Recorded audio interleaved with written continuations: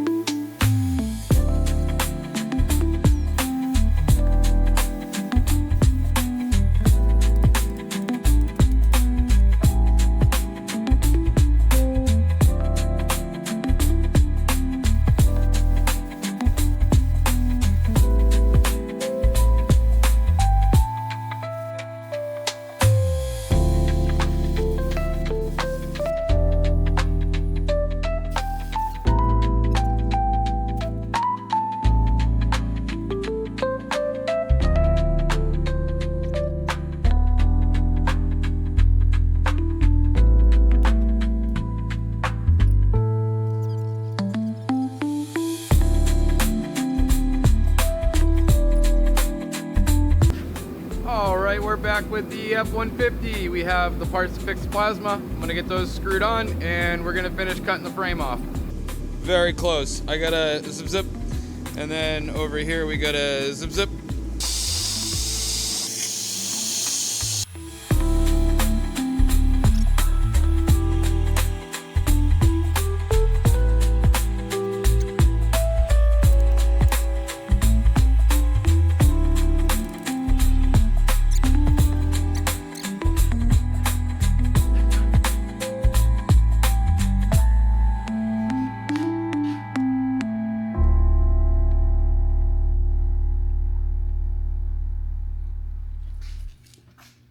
So we have aligned our reference mark across the frame with the laser, centered it down the axle, and then we set pitch of the subframe to match the frame. Got this set up just about 2.7 degrees.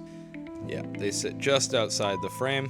And once that's sorted, we're gonna start making plates to box all this in and make it structurally sound again.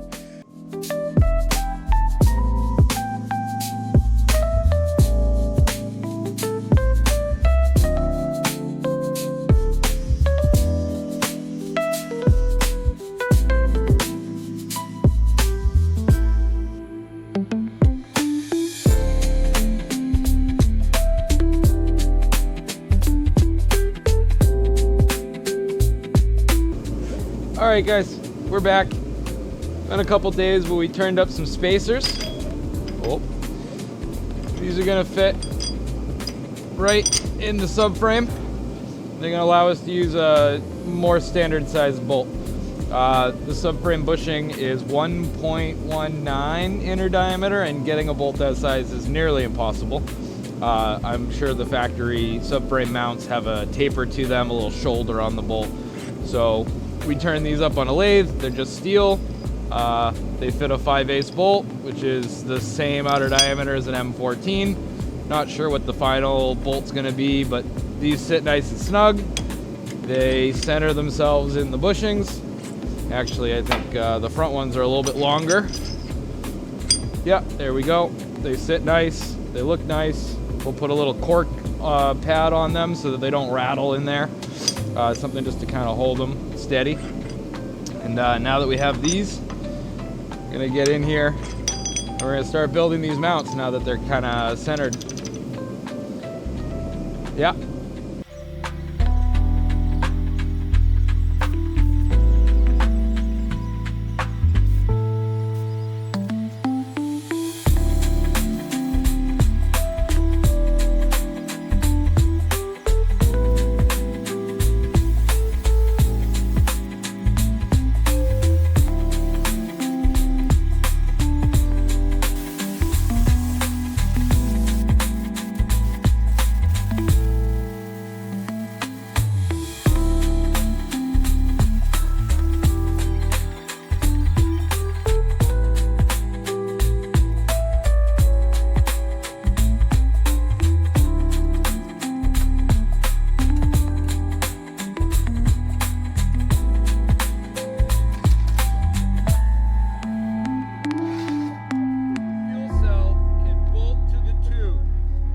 I have gusset plates in the new cross member.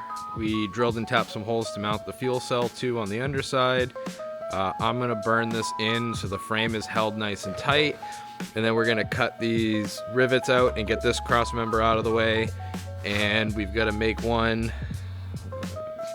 Then we gotta make a cross member up there to catch the front of the gas tank. A little bit of a busy afternoon, but we're gonna try and wrap this up tonight. So I'm gonna burn all that in. Obviously, these welds are right on the back of the frame. They're super visible. They're definitely gonna come out bad. So I'm gonna do that.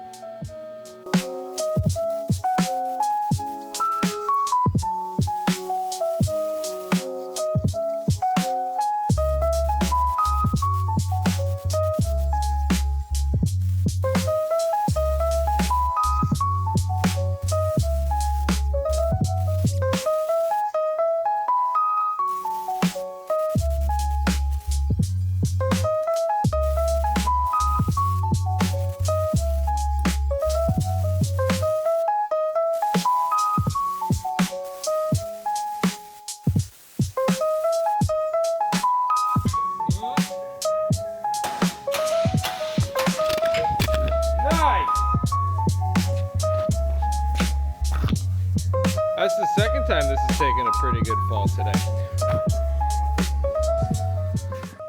All right, guys. I did not film any of the fuel cell. Camera fell a couple of times and I gave up. We made a cross member here at the back end of the frame. It caps the end of the frame. The front we had a little more fun with. Made it match the fuel cell. I can get in and out with the bed on.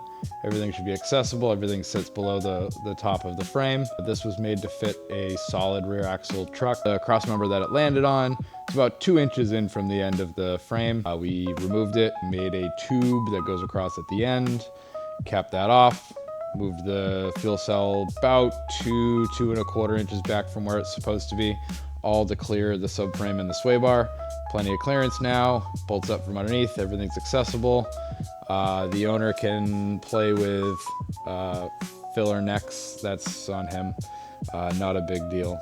Now that the fuel cell's in, the hidden hitch still fits. Next up is gonna be to start fitting the rear coilovers.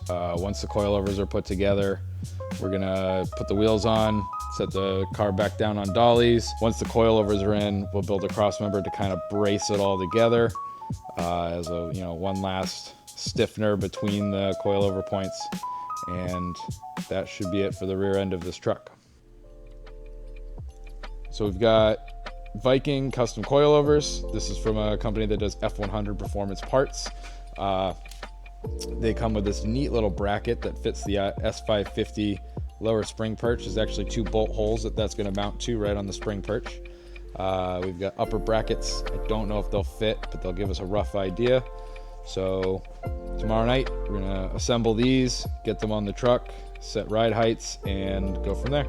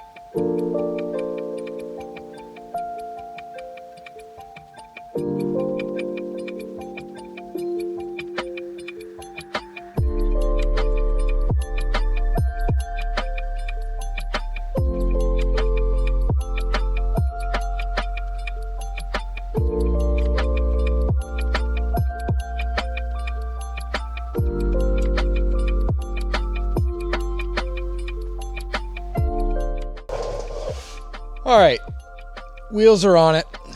Truck is set. Bed is level, though where the bed mounts is level. I'm not sure if that is actually level, but this should be ride height. I have an idea of where I want to mount the coilovers. Problem is they're incredibly close to the axles. I'm gonna go pick the diff up from my buddy. So once the diff's in, I know where the axles live. I can pitch the coilovers to miss the axle and set ride height. I have no idea what this thing weighs. Honestly, I'm probably gonna weld the tabs on and like see how much it squats and be like, okay, it might squat a little more than that. So we'll figure out a decent ride height. I don't want this thing squatting too much, but I also don't want a shitload of rake.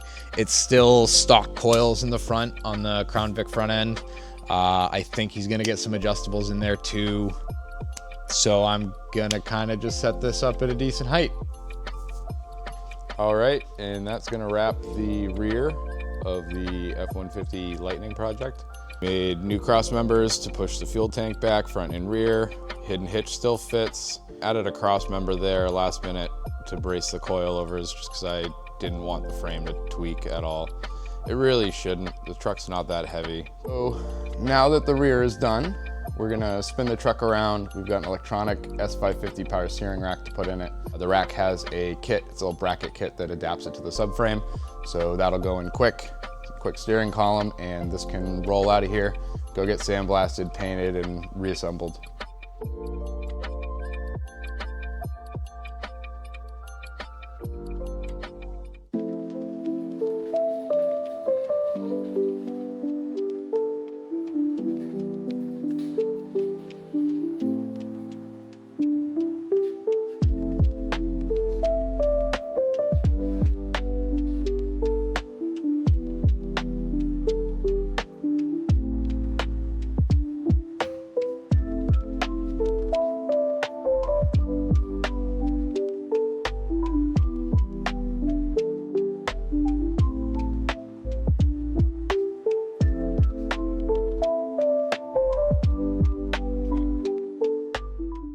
All right, so since I didn't really film any of this, we did a S550 rack swap, built a custom steering column to do it, and I made some sway bar mounts. I don't have brackets for the sway bar mounts, unfortunately, so those are gonna have to get drilled later. And that's gonna wrap this video. We completed the rear end, got the fuel cell all fitted in, spun it back around, put the steering rack in, did a column. Truck rolls, supporting its own weight. It turns, it'll go on the trailer, go back to its owner. He's gonna finish the rest of the build out, and we can move on to the next project. Got a big list, and time's ticking. So tune in for the next project, or don't, whatever you feel like doing, guys. Thanks for watching.